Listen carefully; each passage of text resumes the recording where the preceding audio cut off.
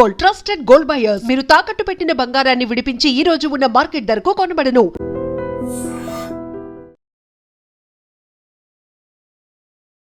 Hi, hello, నమస్తే, welcome back to our channel. నేను మీ వైషు. అందరితో మంచి అనిపించుకోవడం ఎంత ఇంపార్టెంట్. మనం వాళ్ళ దగ్గర మంచి అనిపించుకోవడానికి ఎన్నో విధాలుగా తగ్గుతారు, ఎన్నో విధాలుగా వాళ్ళకి లొంగిపోతారు. మనకి ఇష్టం లేనివి కూడా చాలామంది చేస్తూ ఉంటారు. వాళ్ళందరితో మంచి అనిపించుకోవడం అంత అవసరమా? ఈ విషయం గురించి మాట్లాడడానికి ఈరోజు నాతో పాటు డాక్టర్ హరీష్ తెనేటి గారు ఉన్నారు. సార్తో మాట్లాడదాం. హలో సార్, నమస్తే. నమస్తే. ఎలా ఉన్నారు? All good. ఎలా ఉన్నారు? నేను బాగున్నాను. సో వాళ్ళు నన్ను ఎలాగైనా సరే మంచిగానే చూడాలి, మంచిగానే అనుకోవాలి. ఏం చేసినా నేను వాళ్ళతో మంచిగానే అనిపించుకుంటా. దానికోసం నేను వంగిపోతాను, కావాల్సినంత దరిద్రాలన్నీ చేస్తాను, నాకు ఇష్టం లేకపోయినా. కానీ వాళ్ళు నన్ను మంచి అనుకోవాలి. అంత అవసరమో వాళ్ళు నన్ను మంచి అనుకోవడం? నేను ఎప్పుడూ అంటుంటా, రెండు రకాల మంచోళ్ళు. మంచోళ్ళు, పాపం మంచోళ్ళు. ఓకే, అయ్యో పాపం మంచోళ్ళు అండి అని అనిపించుకోవాలని ప్రయత్నం చేసేవాళ్ళు. సో ఎప్పుడు మంచితనంగా ఉండాలి. అది అతిగా మారిపోయి నన్ను మంచి అనుకోవాలి అని ఎప్పుడూ ప్రయత్నం చేయకూడదు. ఓకే, మనకి దానాలలో కూడా చెప్తారు. ఓకే, నువ్వు దానం చేసేటప్పుడు ఇతరులకు తెలియకూడదు. అందులో దానము లాంటివి ఆర్ ఏదైనా ఇస్తున్నప్పుడు అది ఇచ్చానని చెప్పుకోకూడదు. అలాగే మంచి చేస్తున్నప్పుడు మంచివాళ్ళు అని అనిపించుకోవడానికి ప్రయత్నము చెయ్యకూడదు అని. దీనికి ఎన్నో రకాల స్టోరీలు, కథల రూపంలో ఎన్నో రకాలుగా చెప్పారు. ఇవి ఎందుకు చేయలేమంటే, మంచి అనుకోవాలి అని ఎందుకు ప్రయత్నం చేస్తూ ఉంటారంటే, ఒక టైప్ ఆఫ్ గిల్ట్ ఫీలింగ్. నన్ను వాళ్ళు తప్పనుకుంటే నాకు రావాల్సిన పేరు, ప్రతిష్టలు, గౌరవం ఆర్ ఆ రెస్పెక్ట్ దొరకదేమో అనే ఆలోచన వెరీ సూపర్ఫిషియల్ లెవెల్. అయితే లోపలెక్కడో నేను ఇన్ఎడిక్వేట్, వాళ్ళు నాకు స్టాంప్ వేయాలి, నేను తక్కువ ఏదో, నేను మంచి అని వాళ్ళు అంటే అమ్మయ్య అనే ఒక వెరీ బేసిక్ ప్రాబ్లం అనమాట. హ్యూమన్ మైండ్లో బేసిక్ ప్రాబ్లం ఏంటంటే, నన్ను ఎవరో అప్రూవ్ చేయాలి అనే ఒక దాంట్లో ఉండిపోతాం. ఈ అప్రూవల్ చేసే దాంట్లో ఒక ఎక్స్ట్రీమ్ లెవెల్, ఇప్పుడు మనం చూస్తున్న ఎక్స్ట్రీమ్ లెవెల్ ఏంటంటే, ఎవడైతే ఏముంది, ఎవడేమంటే నాకేంటి, ఎటు పోతే నాకేంటి అనేటట్టుగా ఇష్టం వచ్చినట్టుగా ఉండడం ఒక బ్యాచ్ తయారయ్యారు. లేదనుకుంటే వాళ్ళు మంచి అనుకోరు అని.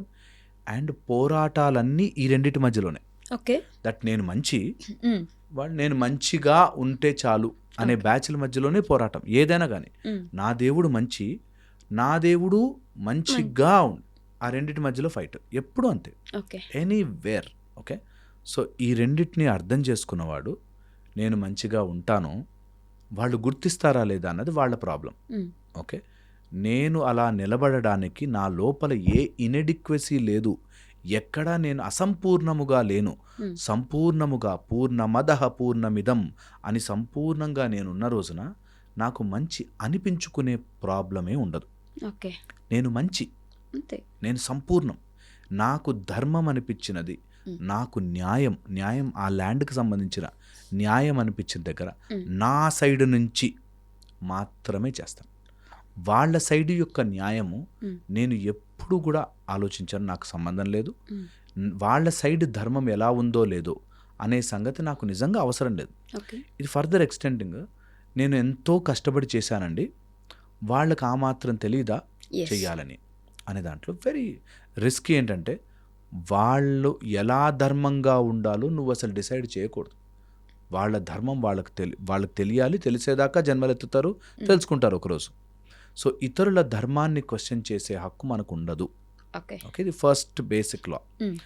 దీంతోపాటు ఒకవేళ వాళ్ళు ఎవరైనా మనకి, నేను ఇంత కష్టపడి మంచి చేసినా వాళ్ళు మంచి చెయ్యలేదు, నాకు అది బాధ వేయదా అండి అని అంటే, అబ్సల్యూట్లీ బాధని చిన్నగా రెస్ట్రిక్ట్ చేసేసుకోవాలి. దట్ వాళ్ళు మంచి అనుకున్నా అనుకోకపోయినా వాట్ ఈజ్ రైట్ అదే నేను చేస్తాను అనే దాంట్లో. ఇది అనగానే వెంటనే ఇమీడియట్లీ రూడ్నెస్ వచ్చేస్తుంది. నేను కరెక్ట్, సో నేను ఏదైనా చేస్తా అనే రూడ్నెస్ వస్తుంది. ఎప్పుడు కూడా ధర్మ మార్గంలో చెప్తారు, రూడ్నెస్ కాదు, శాంతముతో స్మూత్నెస్తో ధర్మాన్ని పాటించడం చాలా చాలా ఇంపార్టెంట్. ఓకే, చాలా శాంతంగా ఉండాలి ఎప్పుడు కూడా. సో ఇది మనకి యాడ్ అవుతుంది. ఇంకొక ఇంపార్టెంట్ పాయింట్, ఒకవేళ మనం ఇలా మంచి అనిపించుకోవాలని ట్రై చేస్తే, ఈ అనిపించుకునే ప్రక్రియలో మనకి ఇగో వస్తుంది. నేను అంత చేశాను కదా, అంటే నేను చాలా గ్రేట్ కదా, వాళ్ళు ఆ మాత్రం చేయట్లేదా, వాళ్ళు ఎంత అధమంలో బతుకుతున్నారు. సో నేను ఒక ఇగో, నేను ఎవరిని మోసం చేయనండి, ఎవరిని అన్యాయం చేయకుండా బతికాను Yes. కాబట్టి బిల్డింగ్ కట్టుకోలేదు అన్నాడు ఒక ఆయన. ఒక ఆయన అవునవును. గవర్నమెంట్ జాబ్ అండి, నేను ఏ చెయ్యి రోజు పెడితే లంచం ఏ తీసుకోలేదు. రోజు లంచం తీసుకోలేదు కాబట్టి ఇలా ఉండిపోయాను. ఉమ్, అంటే లోపల ఎక్కడో బాధ ఉంది, నేను ల- ఇంకా కట్టుకుని ఉంటే బాగుండేది కానీ లంచం తీసుకోను కాబట్టి. ఉమ్, అది మంచితనం ఏమో, వెరీ గుడ్, అలాంటి వాళ్ళు కూడా ఉండాలి. బట్ అది సంపూర్ణము కాదు. కాదు. ఎక్కడో లోపల వాళ్ళంతా బాగుపడ్డది నేను కానీ లంచాలు లంచం తీసుకొని ఉంటేనా. నా అనే దాంట్లో ఉన్నారు ఇంకా. ఎస్. సో అది నేను మంచోడిని లాగా ఉన్నాను కానీ మంచోడిని కాకపోయి ఉంటే ఎంతో గొప్పగా ఉండేవాడిని అనే ఫీలింగ్ అనమాట. సో మంచితనమే గొప్పతనము అని ఫీల్ అవ్వగలిగిన వాళ్ళు గెలుస్తారు. ఓకే. నిజంగా ఇక్కడ గెలవలేకపోయినా అక్కడ గెలుస్తారు అంటారు. అక్కడ గెలిచి ఎవరు చూశారు కదా. ఎగ్జాక్ట్లీ అదే ప్రాబ్లం అందరు. అక్కడ గెలిచేది ఎవరికి కావాలి, ఇక్కడ గెలిచేది కదా కావాలి అని. ఎగ్జాక్ట్లీ, అక్కడ గెలవలేరు కాబట్టి మ్మ్. ఇక్కడ గెలుపుని అసెస్ చేసుకుంటే ఈజియర్. ఎవరైనా ఇలా మంచి అనిపించుకోవడానికి ట్రై చేసి నిజంగానే గెలిచారే అనుకుందాం, ఓకే. ఏం సాధించావు దానివల్ల? What maximum you can get, అరే సూపర్ రా నువ్వు అంటారేమో, ఇంకొక 2 సార్లు పొగుడతారేమో, ఒక 4 శాలువలు ఎక్కువ కప్పుతారేమో, లేకపోతే 4 సార్లు బొక్కేలు పెద్దవిస్తారేమో. ఏమొచ్చింది దానివల్ల? మంచి అనిపించుకునే ప్రయత్నంలో నీ ప్రయత్నం అంతా ఈ 9-10 మంది చుట్టే తిరుగుతోంది. ఈ సృష్టిలో, ఇంత పెద్ద సృష్టిలో, and still ever expanding universe, ఇంకా కూడా సూర్యుడు దూరం వెళ్ళిపోతున్నా, ఇంకా ఎక్స్పాండ్ అవుతూనే ఉంది. సూర్యుడు వెళ్తూనే ఉన్నాడు, దాని చుట్టూ ప్లానెట్స్ వెళ్తూనే ఉన్నాయి, అందులో నువ్వు ఉన్నావు, నువ్వు కూడా వెళ్ళిపోతున్నావు. ఇంత జరుగుతున్నా కూడా నీకు ఆ 9 మంచి అనుకోవాలి, నా కుటుంబము లేకపోతే నా చుట్టుపక్కల వాళ్ళు మంచి అనుకోవాలి అనే దాంట్లో కొట్టుమిట్టాడుతూ ఉంటారు. అంటే ఏమని అంటే మనం ఉండే సమాజంలో కదా, వాళ్ళ మెప్పు కూడా మనకు అవసరం కదా అని అంటారు. అవసరం ఫర్ ఆ అవసరం ఇంకే- తీర్చుకోవడానికి. యా. ఓకే, అందుకే ఎప్పుడు కూడా మనకి అవసరాల కోసం చేసే మంచి ఏదో రోజు బయటపడిపోతుంది. నీకు ఎన్ని రోజులు చేయగల అవసరానికి, ఒక్క స్టేజ్ వచ్చాక నీకు అవసరం ఇంకేంట్రా బాబు ఇది అనిపిస్తుంది. అండ్ నేను ఈ మాట మళ్ళీ చెప్తాను, మంచిగా ఉన్నవాడికి అవసరం అస్సలు పడదు. మంచిగా అనిపించుకున్నవాడికి ఏదో రోజు అవసరం పడుతుంది కాబట్టి ఉంటారు. అండ్ మంచిగా అనిపించుకోవడానికి నిజంగా చాలా స్ట్రెయిన్ అవ్వాలి, True. చాలా స్ట్రెయిన్ అవ్వాలి, మనసంతా పెట్టి. వాళ్ళు ఇలా అనుకుంటారు కాబట్టి అలా చేయాలి, అలా అనుకుంటారు కాబట్టి ఇలా చేయాలి. ఒక ఫాదర్ని చూశాను, కూతురు ఎవరినో ప్రేమించింది, సమ్ కమ్యూనిటీ డిఫరెన్సెస్, వాళ్ళ కోసం పరువు పోతుందో వాళ్ళు ఏమనుకుంటారో అని, అలా అని కూతుర్ని బాధ పెట్టలేక నరకం అనుభవించాడు. ఎందుకు? మా కమ్యూనిటీలో మంచి అనుకోవాలి అనే దాంట్లో. సో అది రైట్ ఆర్ రాంగ్గా అని పక్కన పెడితే, నువ్వు అనిపించుకోవాలి అనే ప్రయత్నంలో చాలా స్ట్రగుల్ అవుతావు. ఓకే, మానసికంగా చాలా స్ట్రగుల్ అవుతావు. సో మంచి అనిపించుకునే వాళ్ళు 2 సెపరేట్. అసలు ఆ 9 మన గురించి మంచి ఎందుకు అనుకోవాలి? ఎగ్జాక్ట్లీ. మనం ఇందాక చెప్పుకున్నట్టు వాళ్ళ మైండ్లో నన్ను ఎలా ఊహించుకోవాలో నేను డిసైడ్ చేశా. యా. అలా కాకుండా ఏమాత్రం తప్పు ఊహించుకున్నా నేను తట్టుకోలేను. వాళ్ళ మైండ్లో నన్ను ఒక పెదరాయుడు లాగా ఊహించుకోవాలి అనుకున్నాను అనుకోండి, రోజు నేను ఆ పంచ కట్టుకుని ఇట్లా కండువ తిప్పుకుంటూ తిరగాలి. ఎందుకంత బాధ? వాడు రోజు నన్ను షార్ట్స్లో ఊహించుకుంటాడు, వాడు 2 రోజులు నన్ను సూట్లో ఊహించుకుంటాడు. సో వాట్ విల్ హ్యాపెన్ అనుకోని కదా అని వదిలితే ఒక 1000 టన్నుల బరువు తీసి పక్కన పెట్టినట్టు ఉంటుంది.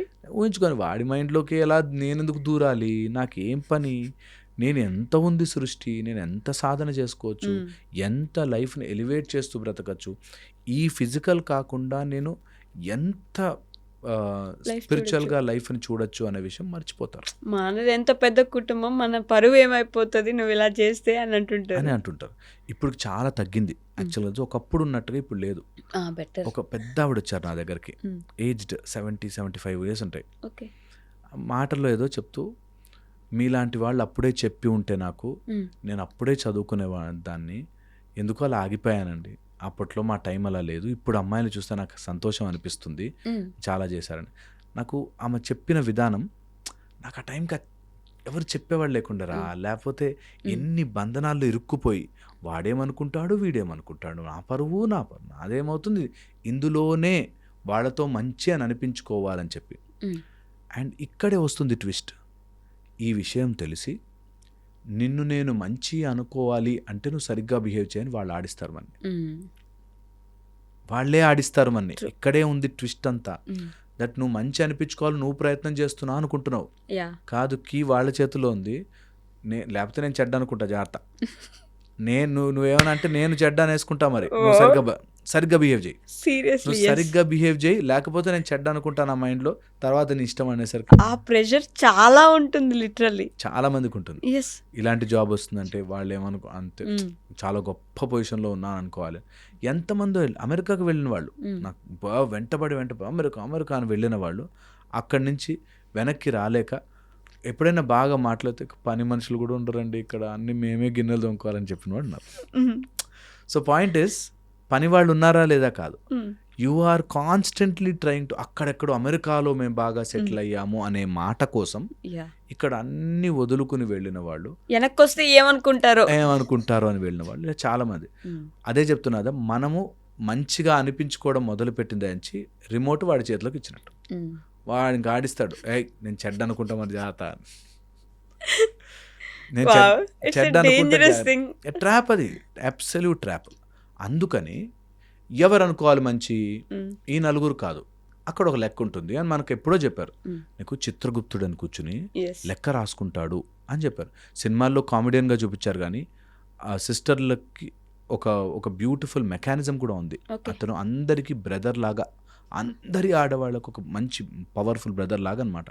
అలాంటిది చాలా తప్పుగా చూపిస్తారు. చిత్రగుప్తుడు నోము కూడా చేస్తారు. It is like a brother for every women, very powerful. But anyways మన టాపిక్ అది కాదు. పాయింట్ ఏంటంటే ఆయన లెక్క రాసుకుంటూ ఉంటాడు. ఎంత లెక్క రాసుకుంటాడంటే నువ్వు చేసిన ప్రతి కదలిక, నువ్వు చూసిన చూపు, ఒక bad I will be noted. Okay, ఇంతమందిని ఇలా గమనిస్తారంటారు. అబ్సల్యూట్లీ. అదే చెప్తున్నదా, యూనివర్సల్ ఫోర్స్కి నీకు ఏజెంట్ రెడీగా ఉంటాడు. ఓకే, వాళ్ళ మెకానిజమ్స్ వాళ్ళకు ఉంటాయి. ఓకే, సో నేనేమంటున్నా, ఇది నిజంగా అక్కడ కూర్చుని ఉంటే చూస్తాడా అనే దానికంటే, అది నన్ను నేను డిసిప్లిన్ చేసుకోవడానికి, ఒక మోరల్గా బ్రతకడానికి హెల్ప్ అవుతుంది. వాళ్ళు చూస్తారా లేదా అన్నదే నాకు పాయింట్. సో తప్పు చేయకూడదు, ఎవరిని మోసం చేయకూడదు, ఎప్పుడు అన్యాయం జరగకూడదు, నా చేతి నుంచి అన్యాయం చేయకూడదు. ఓకే, ఇది నా వల్ల ఎవ్వరికీ హాని కలగకుండా, వాళ్ళ వల్ల నాకు హాని జరగకుండా అందరూ హ్యాపీగా ఉండేటట్టుగా బ్రతికితే చాలు. అంటే వాళ్ళు చూస్తారు, లెక్కలేసుకుంటారు అంటే మరి మంచి వాళ్ళకి ఎందుకు మంచి జరగదు అనే క్వశ్చన్ మన టాపిక్స్లో ఇప్పటికి 100 సార్లు వచ్చి ఉంటుంది. వాళ్ళు చూస్తారు, ఆ కర్మ ఉందంటే వాళ్ళకి కాదు కదా, మంచి వాళ్ళకి కదా మంచి జరగాలి, చెడు చేసే వాళ్ళకి, రేపులు చేసే వాళ్ళకి, చిన్నపిల్లల్ని చంపేసే వాళ్ళకి కాదు కదా మంచి జరగాల్సింది అనే క్వశ్చన్తో అందరూ ఇంకా అక్కడ ఎవరు లేరు చూసేవాళ్ళు అనే ఆలోచనలోనే ఉన్నారు కదా. అబ్సల్యూట్లీ, అందుకే అంటున్నాను. ఇప్పుడు ఆయన చూస్తారు, వాళ్ళు లెక్కలు వేసుకుంటారని తెలిసినప్పుడు నువ్వు మధ్యలో వెళ్ళి వీటికి ఎందుకు లెక్కలేలే, వాటికి ఎందుకు లెక్కలేలే ఎందుకు ఆలోచిస్తున్నావు? వాళ్ళు చూసుకుంటారు కదా. అదే why are you bothered? Answer is straight there.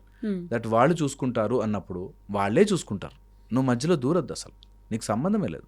So వాళ్ళు మంచి చేస్తారా చెడు చేస్తారా అనేది వాళ్ళ లెక్క. అక్కడ ఉన్నాడు అనుకుంటే, వాళ్ళు చూస్తారు అనుకుంటే, వాళ్ళు ఏం చేస్తారో వాళ్ళకి తెలుసు. అట్లీస్ట్ అంత పొజిషన్లో పెట్టిన వాళ్ళకైతే తెలుసు కదా. సో దాన్ని మరి వాళ్ళు ఎందుకు చూడట్లేదు, వాళ్ళు నా సైడ్ కొంచెం ఎక్కువ చూడొచ్చు కదా, నేను చేసినవన్నీ మంచి లెక్కేసుకోవచ్చు కదా. నువ్వేం లెక్కేసుకున్నావో, ఏం చూసావో, ఏ లెక్కలు వేయాలో వాళ్ళు వేసుకుంటారు. నువ్వు ఇన్వాల్వ్ కాకు, నువ్వు మంచి చేయగలవా, ఉన్న సిచ్యువేషన్లో చేయగలవా, అది చేస్తే మంచి అనిపించుకునే బాధ లేకుండా మంచిగా ఉంటాం. లేకపోతే అనిపించుకోవాలని దాంట్లో పడి పడి పడి పడి నిజంగా నలిగిపోతారు. అండ్ ఇవన్నీ చెప్పాక ఒక మాట చెప్తాను, లోపల ఎక్కడో ఇన్హరెంట్లీ మనకి తెలిసిపోతుంది, అది మాత్రం ఉంటుంది, లోపల మాత్రం పక్కా ఉంటుంది, పక్కా తెలిసిపోతుంది దట్ ఐఎమ్ డూయింగ్ రాంగ్. ఇది అనిపించుకోవడానికి ప్రయత్నం చేస్తున్నాను. అండ్ ఆ షాకిల్ బ్రేక్ అవ్వాలి అంటే, నేను నా బుక్ ద అన్షాకిల్డ్ మాంక్ అని రాసా. అందులో ఎంట్రైన్మెంట్ అనే కాన్సెప్ట్ ఉంటుంది. అట్లాగే మన చుట్టూ అట్లా బంధనాలు మనం ఏర్పరచుకుంటాం కదా, ఆ బంధనాలన్నింటినీ ఒక్క ఆలోచనతో, ఎవడేమన్నా అనుకోని బాస్, నేను సత్యము వైపు ఉంటాను, 3 విషయాలు కంపల్సరీ ఫాలో అవుతాను, మనసా వాచ కర్మణ సేమ్ అలైన్మెంట్లో ఉండాలి. నేను మనసులో అనుకున్నది మాట ద్వారా వచ్చేది చేతల ద్వారా సేమ్ ఉంటాయి. ఓకే. అది ట్రై చేస్తాను. ఓకే, అంతే. ఇంకెవ్వరిని ఇంప్రెస్ చేయడానికి లేదు నా పని. And that will become your super power. మంచివాడిని గుర్తిస్తారు, మంచి అనుకోవాలి అనుకునేవాడిని అయ్యో గుర్తించినట్టుగా చేస్తారు. అయ్యో పాపం మంచోడు. పాపం మంచోడు అని ఉండిపోతారు. నేను పాపం నేనెంత కష్టపడ్డానండి, నేనెంత మంచివాడినండి అని చెప్తున్నారంటే నువ్వు ఎక్కడో లోపల ఆ మంచికి కొంచెం లంచం వస్తుంది అనుకుంటున్నావు. మంచి వల్ల పుణ్యాలు వస్తాయి నాకు, నేను ఎంజాయ్ చేస్తా పైన అనే మంచి కోసం ట్రై చేస్తే తెలిసిపోతుంది. ఓకే. నేను దానం చేస్తే అక్కడెక్కడో నాకు హెల్ప్ అవుతుంది, చేసేయాలి బా, ఏం హెల్ప్ చేస్తాం అనేటట్టుగా ఉండాలి. మనస్ఫూర్తిగా ఇవ్వగలగాలి, మనస్ఫూర్తిగా చేయగలగాలి. ఏదో పుణ్యం వేస్తాడనో కౌంటర్లో లెక్కలు రాసుకుంటాడనో కూడా కాదు. ఓకే. నేను చేస్తా, ఆయనకు తెలుసు కదా ఏం వేయాలో, వేస్తాడు, అంతే. That's the easiest method. Hope ఇది అర్థం కావాలి. Thank you.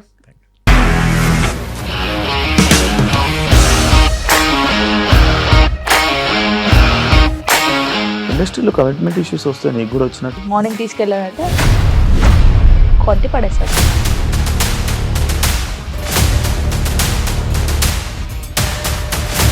ఒక్కళ్ళు కూడా చూడలేదు ఈ సినిమా అని చెప్పడానికి కూడా చాలా ధైర్యం కావాలి. అది నిజం కదా, దాంట్లో ధైర్యం ఏంటి? ఇది నెక్స్ట్ డే ప్లేట్ మార్చేస్తే తప్పు కదా. As of now we are comfortable this అని నేను అనుకుంటున్నాను. రష్మిక గారిది మీది ఒకే ఊరంట కదా? నీకు కోపం వచ్చిందంటే బాగా తిట్టేత్తరా? తిట్టేద్దామండి. నిజంగా గేమ్ ని ఎలా చేంజ్ చేయగలిగారు? ఏపీఎస్ఎఫ్సి వాళ్ళకి 6 నెలల్లో నేను 6 లక్షలు కట్టా. బిజినెస్ చేయాలనుకుంటే it is as difficult as riding a tiger.